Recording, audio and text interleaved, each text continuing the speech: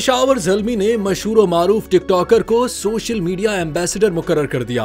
शराकतदारी का मकसद टीम के नौजवानों में मकबूलियत को मजीद बढ़ाना है। पेशावर ज़ल्मी ने अपने सोशल मीडिया प्लेटफॉर्म्स पर इस बात का ऐलान किया, जिसके तहत जन्नत मिर्जा PSL के 10वें सीजन के दौरान पेशावर ज़ल्मी के डिजिटल और ऑनलाइन तशहीरी मुहिम का हिस्सा होंगी।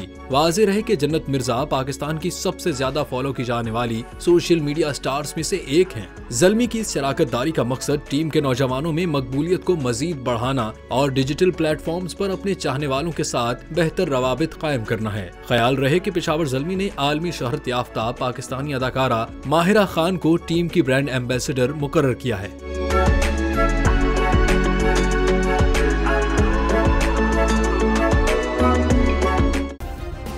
सब्सक्राइब करें और बेल दबाएं ताकि कोई खबर रह न जाए।